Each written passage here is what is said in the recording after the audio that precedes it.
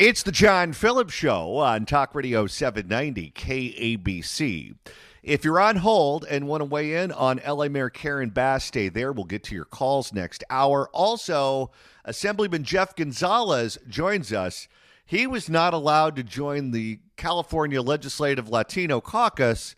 They said no Republicans allowed, so he started his own caucus. He'll be with us in moments. Don't you go anywhere. This is the John Phillips Show, live and local, right here on Talk Radio 790 KABC.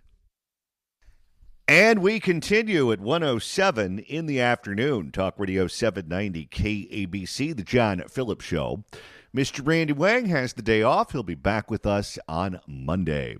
If you're on hold, stay there. We'll get to more of your calls. I know a lot of you want to weigh in on the performance or lack thereof of LA Mayor Karen Bass.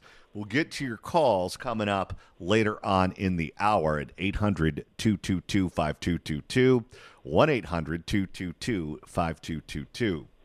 It is our pleasure to welcome our next guest to the program. He is an assemblyman representing the eastern part of the Coachella Valley and Imperial County, Assemblyman Jeff Gonzalez. Assemblyman, welcome. Thank you, John. Thanks for having me. Well, thanks so much for stopping by.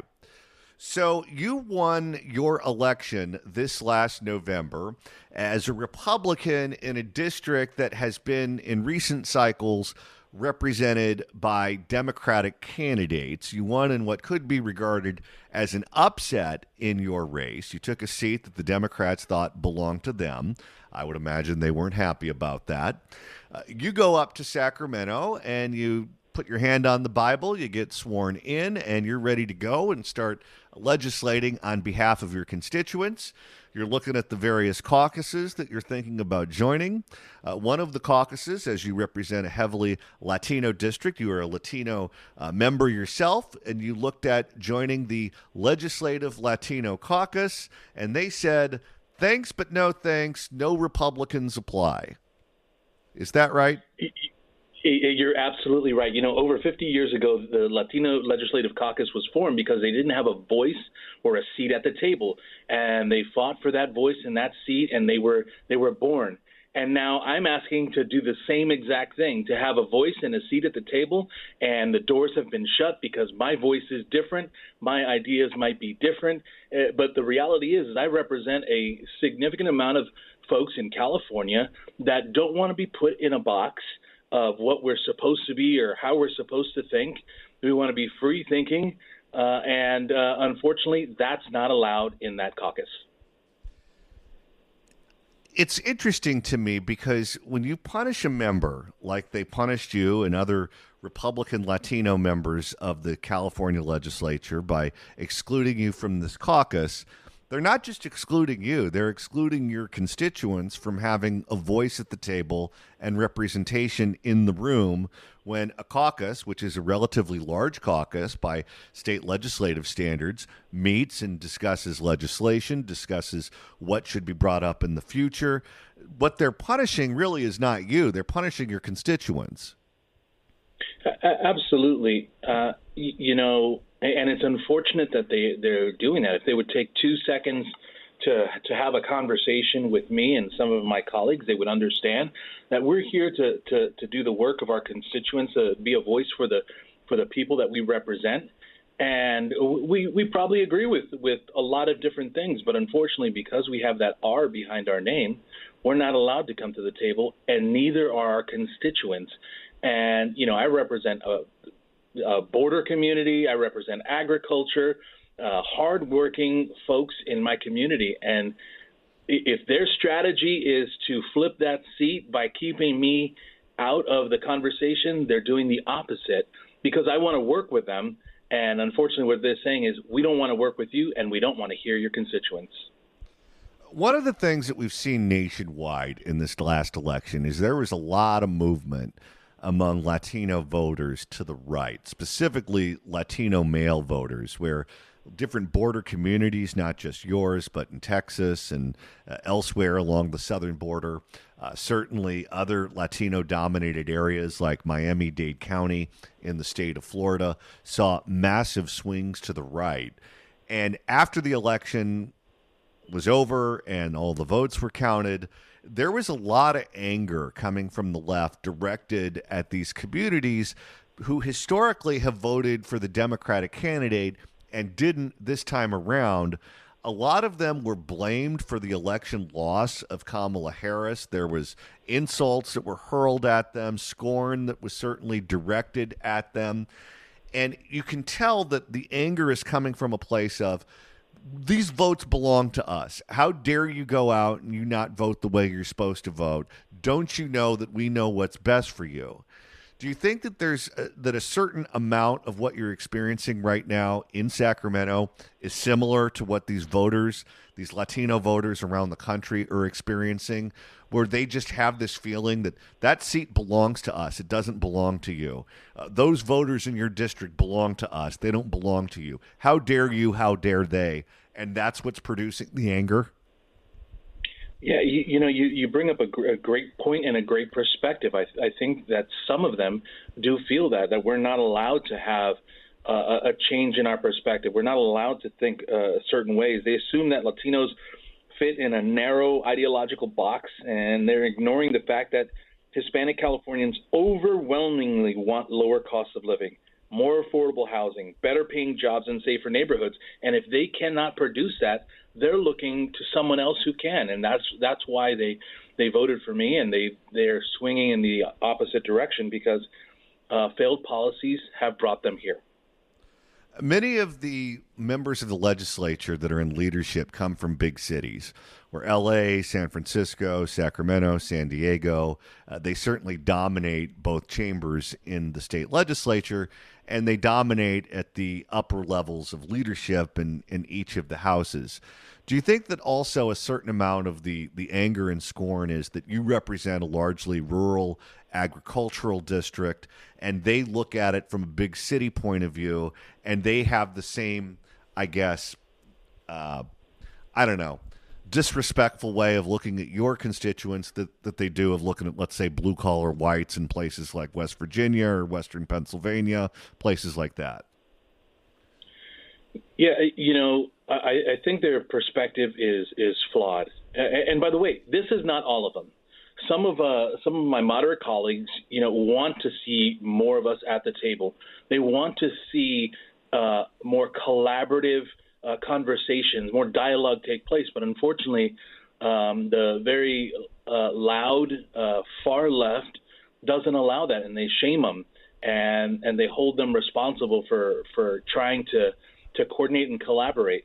So, it's sad that that's the case, but it's the reality of Sacramento, that you have folks that want to work together, but if you attempt to work together, then it's going to be a even bigger problem for that Democrat.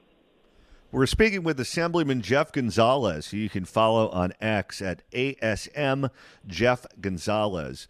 Assemblyman, there was a special session of the state legislature that was convened by Governor Gavin Newsom to, quote-unquote, Trump-proof the state of California, where he essentially asked the legislature to allocate millions of dollars to the California Department of Justice and others to file nuisance lawsuit after nuisance lawsuit against the Trump administration and the federal government.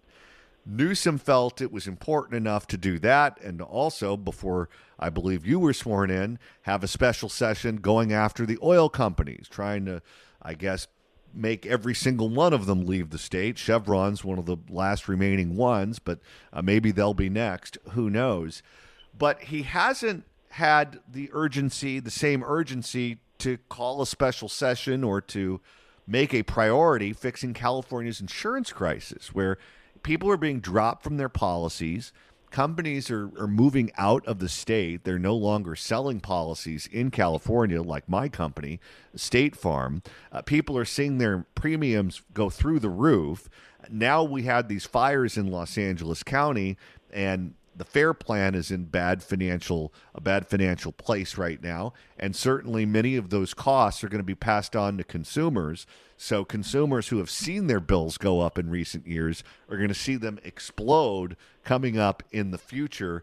Why do you think the majority in Sacramento doesn't have the same sense of urgency to do something about the insurance crisis, which all Californians are dealing with right now? I think it's Newsom forcing his will upon the legislative body, and it's either follow me off the cliff or I'm pushing you off the cliff. And it's unfortunate because it should be the way it works, co-equal branches of government versus we work for Newsom. What I'm coming to find out very quickly is that he runs the show. His ideas, his thoughts are the only ones that matter. And unfortunately, if you're on the wrong side of that, you're not part of the club. The reality of all of this is Democrat, Independent, Republican, here in California, we are paying more than anything across the nation. And and the prices, especially in insurance, will continue to go up. We are already unaffordable. And if we don't make a move now as a legislative body to fix that, then the blood is on the hands of the majority party. And I hate to see that because there's some good folks here that want to do some good work, but they're just challenged by the fact that Newsom is railroading them and will push them off the cliff. So my challenge to my colleagues is we need to step up for our constituents. We need to stand up against Newsom's failed policies, and we need to come up with a fix because California is already unaffordable, and that ship is going off the cliff, and it will crash, and unfortunately, we will be the recipients of that. Why do you think there's no sense of urgency? Newsom, he is separated from everything else. He is a guy who I'm sure has a security detail around him all the time. He's unapproachable. He's traveling around the world. He sees himself as a presidential nominee and president at some point in the future. He sees state politics as being beneath him. But your colleagues in the state legislature, they go back to their districts. They go to the grocery stores. They're in the airports. They pick their kids up from school. They're aware that people are panicking all over the state because of the insurance crisis. They have to know it's a problem. They have to. Or maybe they're like Karen Bass and they didn't know the wind was coming. Who knows? But why do you think that there's no sense of urgency up there? Because they have to be getting an earful of it every time they go back. Look, John, I've been to war multiple times. Iraq, Afghanistan. I've traveled the world as a Marine and done the people's business, as I like to say.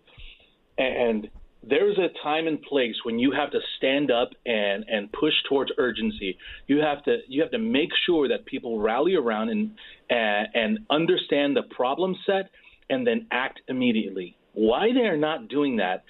Or why Newsom is not doing that. It could be because he's, living his good life in a mansion and getting driven around, and he doesn't have to deal with the problems that the regular working folks have to deal with. He doesn't have to deal with, the babysitter because he's got money. He doesn't have to deal with high prices of insurance because he's got money. He doesn't have to deal with gas because he gets driven around. So all these things, he's so disconnected that he doesn't realize that we are hurting here in California. Republicans, independents, and Democrats, we are all hurting across the board, and he is disconnected and refuses to put a sense of urgency because it doesn't impact him and his life. You talk to people who were in the legislature when previous governors were in office, whether it be Arnold or Jerry Brown, Pete Wilson, whomever. You wanted FaceTime with Pete Wilson. You went to the bar at Frank Fat's, and Pete Wilson was there, and you could talk to him over a scotch or two, and you could let him know whatever was on your mind and have a back and forth, have a dialogue, have a conversation. With Jerry Brown, he was wandering the halls. You could pin him down in the hall and talk to him or have a Starbucks with him. With Arnold, you could smoke cigars with him in the tent. He had an open door policy for any member of the state legislature. Whenever I talk to people in the legislature about access to Gavin Newsom, I always get the same story, and that is I have basically no relationship with him. If I call him up and say, hey, you want to have lunch? There's something I want to talk to you about, or can I have 15 minutes of your time in your office or have a cup of coffee? Whatever the case may be, That's just something that's not possible, that he's not engaged at that level. If you want to get the governor in your office or in his office for 15 minutes, is that something that's possible, or is he so disconnected that that's just not something that members do? Most of my colleagues from across the aisle, I say, hey, let's go have some coffee, let's go have some lunch, let's go do something, let's chat. Very easy to do that. No matter where they land, it's very easy to do that. On the other hand, I've seen the governor here in the building multiple times. I do the wave. Hey, governor, how you doing? Kind of looks, rolls his eyes, and keeps on going. Not only is there a lack of wanting to have a relationship, there's just the common decency of saying good morning to somebody because he lives in his own world. And it's unfortunate because we want to solve issues. We want to solve problems. But when you have someone that doesn't want to engage relationally with others, then how do you do that? How do you solve that? It makes it very challenging. And we could be looking at him as an absentee landlord for 2 more years because he's termed out of office. He can't run for re-election. He's barred by state term limits from running for another term for governor. He clearly wants to be president of the United States.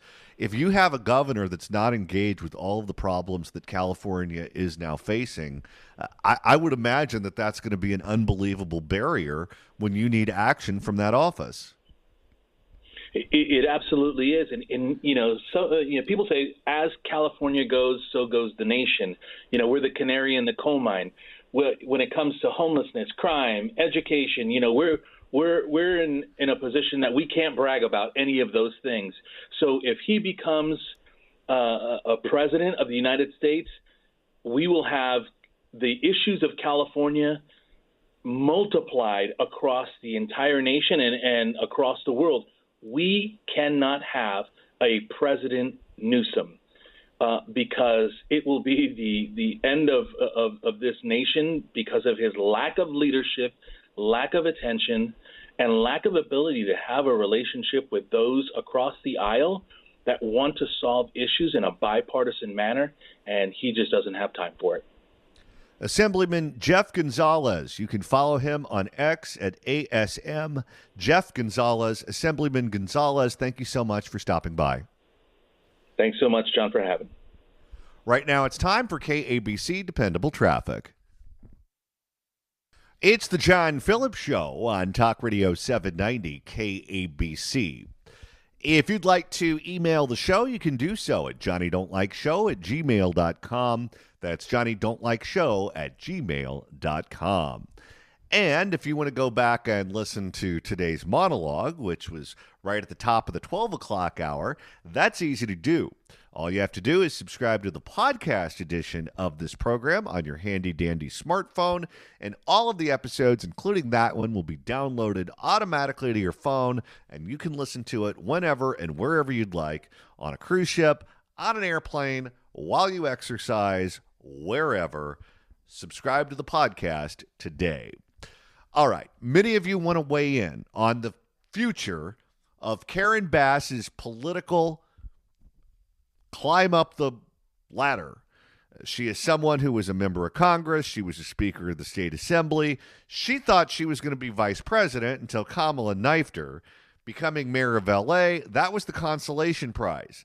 Now she says that she wants a full investigation as to why she went to Ghana, because someone should have forced her to not get on that plane and go to the cocktail party at the inauguration for the president of Ghana. I think that's one bridge too far, and Karen Bass is not going to politically survive this scandal. What say you? Many of you have very strong opinions on this. I'd love to hear from you right now at 800-222-5222, 1-800-222-5222. Your calls on whether or not Karen Bass is going to survive this latest round of scandals coming up. But right now, it's time for headlines. It's the John Phillips Show on Talk Radio 790 KABC. Barbara Stone joins us at the top of the hour. Right now, we're taking your calls at 800-222-5222, 1-800-222-5222. The news for L.A. Mayor Karen Bass has been going from bad to worse Do you think she's going to survive the latest doozy where she said she wants to investigate why she was allowed to go to Africa because she didn't know there was wind and fire risk? 800-222-5222, 1-800-222-5222. Let's go to Marlena in Canyon Country. Hello. Hi. Hi there. I wanted to mention the fact that nobody mentions this, but all those people who lost their jobs, number one, they didn't just lose their jobs. They gave them 8 month severance pay with benefits. Now, anybody would die to get a situation like that. And the government, it's not because the government doesn't have any, they're using our money. We don't need to pay them, to do something else with their life because they don't know what else to do. It's not my problem. But giving them that kind of money, that's one thing. And then all those people who lost their jobs, they're the ones complaining. That's why you've got thousands of people out there complaining. That's the people that Wait, what are you talking about? Are you talking about Doge? Yes. Okay, what show do you think you're calling? Talking about Karen Bass. Yes. 790? Yeah, you were that's talking me. About Karen Bass. Yeah. Quite a bit about Karen Bass. And it's almost like, well, the fire department was complaining that they didn't have enough firemen. They didn't have enough trucks. The trucks were all on the blink, and they refused to give them any help there. When they're paying $9 billion for all these homeless people coming from the other countries for the whatever they call them, illegal aliens, they're giving them that kind of money, but they couldn't afford the fire equipment. All right, thank you for the call. That was odd. What do you think about Karen Bass's political future? Now, let me tell you something about all these people who lost their jobs. I've got a lot to say about that, so buckle up. I wonder if she meant to call Gorka. This has to be what it's like having a conversation with Joe Biden. Mr. President, we have a situation going on right now. It looks like the Russians have invaded Ukraine. What do you want to do about that? Thank you. I'll have the chicken. Duly noted, sir. Duly noted. All right, let's try this again. Let's go to Dan in West Hills. Dan, hello. Hi, John. I just heard that previous answer. I think I'll try to stay more with Karen on my answer. I think Karen's kind of a ridiculous disgrace. It's amazing to me that she hasn't gotten the message yet. She didn't get the message on the fires. She certainly hasn't gotten the message that she's a ridiculous disgrace. Anyway, I'm a blind guy. I live up here in the valley. I've only lived in California for 8 years. And I'll tell you, I know all about the fires. I know all about the dangers. I know when they talk about those Santa Ana winds, you better get that stuff inside. Low humidity, get the stuff inside. So a couple of days before the fires, I was outside bringing in cushions, moving furniture, blind as I am. And I just kept hearing more and more. Every news station I ever went to, they were talking about, oh, it's dangerous. Oh, we're going to get it. And we did get it. So how could she possibly try to tell people with a straight face that she didn't know about it? What hole is she living in? So that's one point. The question, though, is, is that really the end of her political career? And I must say, I don't know. As bad as she is, I heard the news about 57% approving of Kamala Harris as governor of California. Are you kidding? So with that group out there, I don't know. Maybe Karen has a chance. Well, a couple of points. One is there was a poll that was taken, and it showed Karen Bass performing very poorly against Rick Caruso if she was running for re-election. People are blaming her. They're not blaming Gavin Newsom. They're not blaming Donald Trump. They're not blaming the Board of Supervisors. They're not blaming the sheriff. They're not blaming anyone else. The public is blaming her. In part because she's the mayor and the fire department works for her, and the fire department had a lot of problems fighting these fires, in part because the city didn't give them accurate information and didn't fully fund the department. she is also not giving a consistent story. Initially, she said that she was in constant contact with the city. She was on the phone from Africa, on the phone, on the plane, and we didn't miss a beat.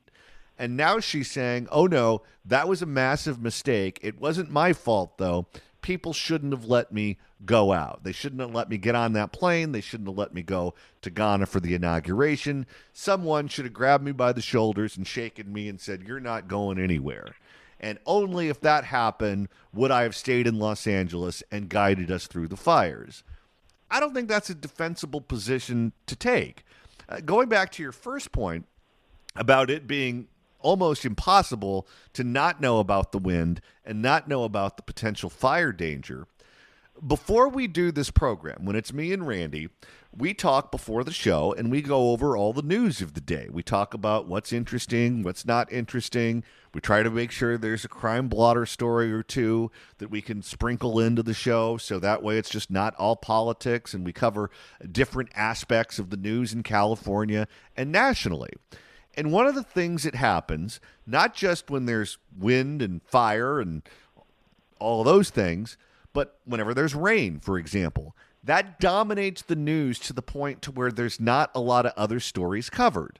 So on days when it's raining, on days when it's windy, we have to go back from previous days to find stories for the crime blotter because none of the local news channels are covering crime those days. The only thing they're doing is covering the weather because the weather is the story, almost to the exclusion of everything else. There is no way you can be living in this city and even kind of paying attention to the news and not be aware of the rain, the wind, the fire. I just don't believe her, and I don't think anyone does. Amen, brother, but let me make one more point. She says that people should have grabbed her and told her and kept her off the plane. Well, I hope the public grabs her and holds her and says to her, never run again for anything. If we really didn't want her to leave California, if we really didn't want her to get on a plane and go to a different continent, what we should have done is bought her a ticket on American. Then the flight would have canceled and she would have been here. Okay. Okay, John.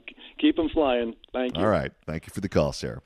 Let's go to Sal in West Hollywood. Sal, hello. Hi, John. Thanks for taking my call. Really, this is a commentary on our elected officials, wouldn't you say? Because we have a supermajority in California, and just like with George Gascon, it was just such a lawless era with him in office, and he survived a recall and was able to serve out his term, and yet it was just so pathetically bad that all we did was all the conversation was talking about how pathetic it was.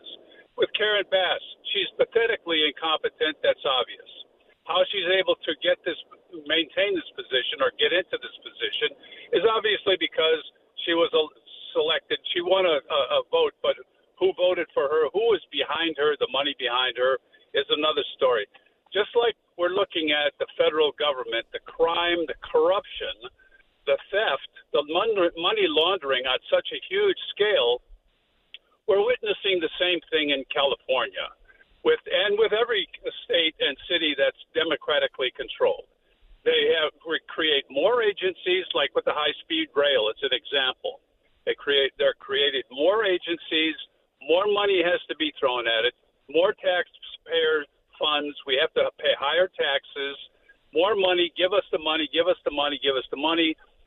The homeless situation since 2018, $40 billion has been allocated for the homeless. What's happened to that money? Nobody knows. There's no accounting. There's no answer. So when Karen Bass, getting back to the point, with Karen Bass, will she be able to serve out her term? Probably, because there's too many people with big money behind her that are corrupt, just like with George Gascon, that will be behind her to protect their interest in the money laundering operation. So until we're able to get our heads out of the sand, I'll keep it clean, and start electing people that will actually serve the people, this is going to continue, and we're going to just continue to talk about it. So I'd love to hear your comment. Thank you for the forum. You do a great job. Well, thank you for the call, sir. Go back to George Gascon, whom you referenced first. You said that he survived the recall attempts, and that is true. However, when he was up for re-election, he got nailed by voters. He got nailed twice, actually. He got nailed in the primary, where I think he was held to the 20s. And then he got nailed again in the general election when he was up against Nathan Hochman. That election was a blowout. It was not close. He got creamed just about everywhere in the county of Los Angeles. And part of the reason that he got blown out in that election is because he was uniquely awful. People, not just in LA County, people around the state, people around the country, they understood that he was a horrible district attorney. There were stories on the news just about every day about someone that he let out, did something horrible, and people were asking, how the hell did this happen? Answer, George Gascon. Well, if that happens enough times, even in an era where you have sensory overload, where you have your smartphone, you have your laptop, you have your television, you have different screens going on at the bar when you're having a drink, different screens going on at the coffee place when you're having your coffee. And there's so much going on all around you, it's hard to cut through the noise. He was so bad, he cut through the noise, in part because it impacted people on a very fundamental level, your safety. People did not feel safe in Los Angeles County, and that was understood pretty much everywhere. With Karen Bass, she has a different problem than George Gascon. With him, it was public safety. With her, it's competence. Her incompetence and her inability to stick around and do her job caused people's homes to burn down. And now, because it's going to take forever to rebuild, they're going to be displaced for 5 years. People see that. They understand that. Sometimes political issues are extremely complex, and it's hard for people to grasp just exactly what the issue is, let alone have a strong opinion on it. It's part of the reason why Katie Porter didn't win the election for U.S. Senate. She ran on earmarks, and she ran on corporate PAC money. First of all, no one knows what earmarks are, and if you did understand what earmarks are, you probably wouldn't even have her take on it. And corporate PAC money is something that in Washington, D.C. is something that they may talk about all the time. No one in California gives a damn about any of that. It's just not something that's top of mind. So you have to explain what the issue is. You have to explain why people should care about it. You have to explain why people should take your position on it. And then you're expecting them to be motivated to vote for you because of that. Well, that's too many steps. That's not going to happen. With George Gascon, it was, I can't buy my toothpaste without contacting the assistance of an associate because it's behind bulletproof glass. Everyone understood that, and everyone realized that was nuts, and he had to go. And he ended up being sent to pasture. With Karen Bass, there's no water in the fire hydrants because of their incompetence. You don't have to have a PhD in political science to figure out that no water in the fire hydrants is a threat to you, a threat to your family, a threat to your property, a threat to your neighborhood, a threat to the public infrastructure. You can't let that happen because if there's no water in the fire hydrant, that is a threat to everything that matters to you, including your ability to insure all of those things. And at a certain point, when it's just this trickle of stories that are negative stories that all reinforce the same narrative that she is bad at her job, that cuts through the noise. Look at your social media today. Look at cable news today. She's cutting through the noise, and she is constantly at the top of the feed. She's being talked about on The Five. She's being talked about on all of those national programs. They are lighting her up. At a certain point, people recognize her as the lady that didn't have any water in the fire hydrants. And when you're recognized as being that person, I don't know how you survive, and I don't know how you defend it. 800-222-5222, 1-800-222-5222. More of your calls coming up, but right now it's time for KABC Dependable Traffic.